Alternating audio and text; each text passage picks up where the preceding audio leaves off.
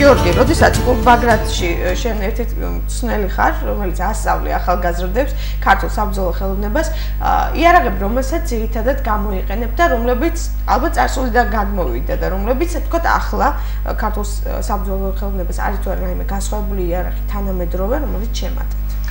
პირველ რიგში მოგესალმებით, ქართული საბრძოლო ხელოვნება ეს არის კავშირი, რომელიც შეისწავლის ძველ საბრძოლო ხელოვნებებს. საბრძოლო იარაღი და დღესდღეობით, რასაც ბავშვებს ვაჭირსა ვასწავლით, ეს არის თუშური ხმლების ტოლღვება, კოლხური ხელცურების გამოყენება, ასევე არის საჯეჯგველი, რომელიც მერიგლიმ გაჩვენდათ, ასევე ვასწავლით უხელო ჭიდაობას, ცალხელა ჭიდაობას, ორი ხელი ჭიდაობას, ანუ საბრძოლო ჭიდაობას, ასევე ვარჯიშის დროს კეთდება მოსწავლის გამძლეობაზე მუშაობა, ფსიქოლოგიურად მუშაობა და შესაბამისად ბავშვის სიცილიერეზე ზრუნოთ. ძალიან კარგი და ვისაუბროთ იმაზე, თქვენ საუბრობდით თავიდან, კიდევაც გესაუბროთ დღეს რა ხდება. ბატონო ერეკლე, რა ხდება დღეს ისეთი განსაკუთრებული, ასგა თუ არა ქართული საბრძოლო ხელოვნება და ვინ მიიღო ამაში მონაწილეობა, რომელიც მიდან მოხდა იმის ახორციელება? გასაგებია თქვენი შეკითხვა. რაც შეეხება დღევანდელ ჩვენ მოღვაწეობას. მოგეხსენებათ, რომ როდესაც საქართველოში შემოიჭრა რუსეთის იმპერია, საქართველოს გასანადგურებლად დაიწყო ქართული ეროვნული ღირსებების დაკარგვა, განადგურება. ამაში ჩვენს მე მინდა ქართველების დავადანაშაულა, რომელმაც არ მიხედეს თავის ეროვნულ ოთაბრძოლებს, არ მიხედეს თავის ეროვნულ, ეს მარტო ოთაბრძოლაში არ გამოისახება, ეს იყო კულტურა, მხატვრობა თუ სიმღერა თუ ყველანაირი ფენომენი, რაც არის ქართული.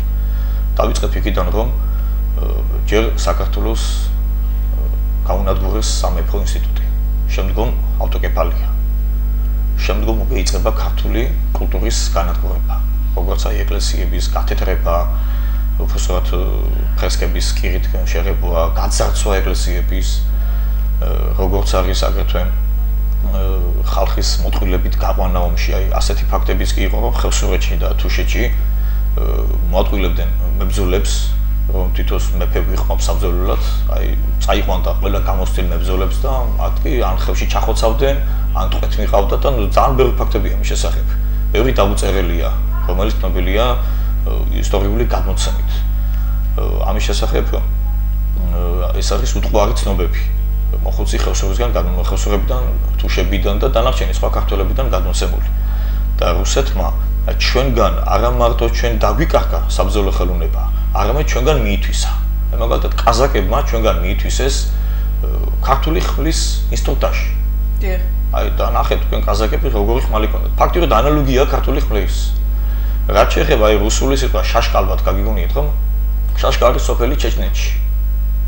და მოგეხსენებათ როგორც საქართველოს ასე ჩრდილოეთ კავკასიას განთქმულია მებრძოლებით. აი დაღესტანში მაგალითად ბავშვი რომ დაიბადება, სოფლებში უხუცესები ბავშვებს აძლევენ საჭიდაო ჩოხას, ჩოქნია.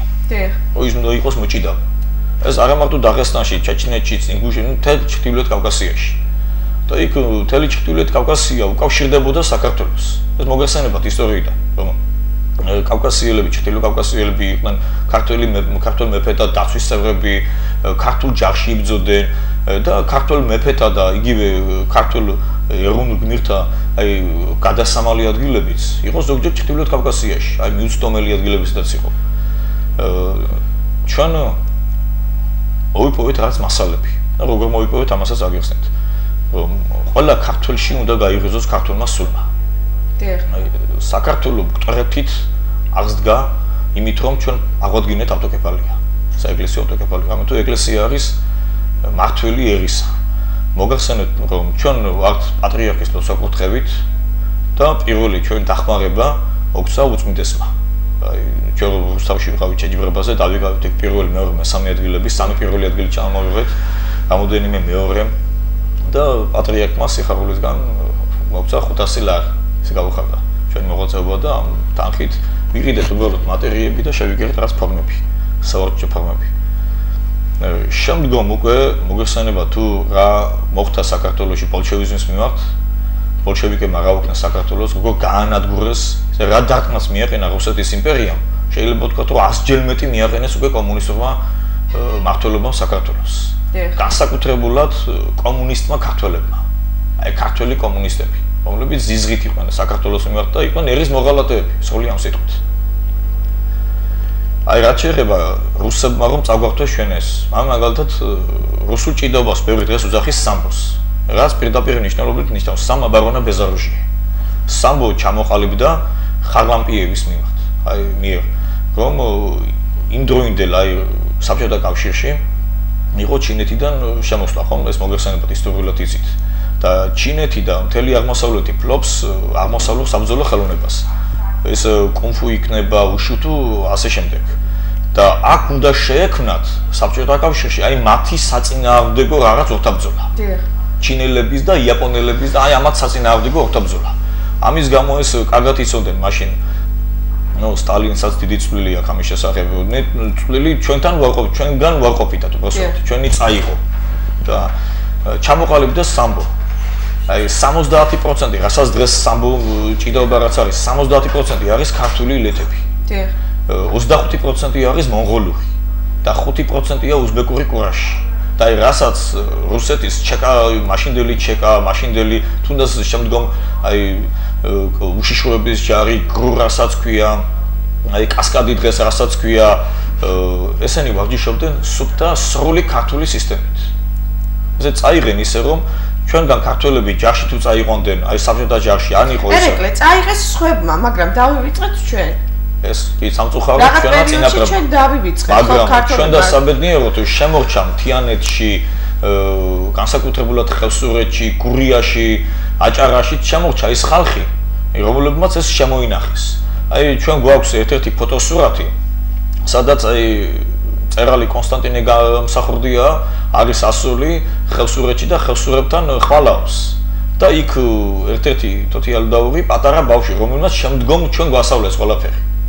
ნუ პირადად ჩემზე არ მაქვს საუბარი, აი თბილისში ვინც არის ჩვენი ორგანიზაცია, აი ამგეს გადაცა ეს ყველაფერი და აი ასეთი ხალხისგან შემორჩენილია. და ჩვენ ვაკეთებთ ახლა აი რასაც დღევანდელ დროს სულხან-საბას ლექსიკონი იქნება, ქართლის ცხოვრება იქნება, აი თუ ნებისმიერი ისტორიული თემა ვიკვლევთ, შევდივართ მუზეუმებში, ნახულობთ. ესე იგი ეს არ არის მხოლოდ სპორტი, მთელი ქართული ცხოვრება, ეს არის ცხოვრება, ქართული საბრძოლო ხელოვნება ცხოვრება. აი ჩვენ რა გავაკეთეთ ახალციხის მუზეუმში ინახა აი ქართული ეკალბურთა. აი რასაც გურზი ქვია. ეს ყველა ეს ხონდა ასეთი ეკალბურთა. აი ახალციხის მუზეუმის გადაუღეთ ფოტოსურათები, იქიდან გამომდინარე ანალოგიური გავაკეთეთ. აი იგივე ხელმძღვანელი. კოლხური ხელსული. აი რასაც ნაჯახს უძახით, კოლხური ხელსულას გამოსახულია კარგად ორნამენტები. თუ ვიდებით ეს მუზეუმებში არის. ყველგან აი ჩვენს ქუთაისის მუზეუმშიც არის. ეს აღვდგინეთ ჩვენ. ამით მიდიოდა ორთაბრძოლებით, ამით მიდიოდა ნუ ყველაფერი. აი რასაც გლეხის იარაღი ქვია, თუნდაც იმ იარაღითაც იყო. აი მოგახსენებთ რომ არა მარტო რკინის დამუშავებით, ანუ მეტალის იარაღი, არამედ ხის იარაღებიც კი ქონდა ჩვენ ძლიერი. აი მაგალითად იყო ბრძოლა დაუშვათ აზარმაცებით. აი ჭურებს უძნიხავდნენ. იყო ბრძოლა თუნდაც აი ცხამსების ჯოხი ყველა ჩვენ ახლა ცხამსებს როგორი ჯოხი აქვს, კაუჭიანი ჯოხი. აი მაგალითად ერთ ქართული ილეთის სახელს გეტყვით შუა კავური. აი რას ნიშნავს შუა კავი? კავიდან ესე კავის რაც ფუნქციას ასრულებს. ესე იგი ასეთი იარაღები, რომელიც გლეხებს ჰქონდათ, ზოგს მწყემს ჰქონდა, ზოგს აში ჰქონდა დაუშვათ. იყო მივიწყებული, მაგრამ საბრძოლო ხელოვნების დახმარებით დღეს არ გვაქვს ყველაფერი. ჩვენი კავშირი ქართული საბრძოლო ხელოვნება ყველაფერი გონეს ვაკეთებთ, ესე იგი არ დაგვიშვია ჩვენი არაფერი. აი რომ ეს აღოდგინოთ ყველაფერი. ახლა გარდა ამისა, ჩვენ გვესაჭიროება აი ყველას გოჩი თანადგომა.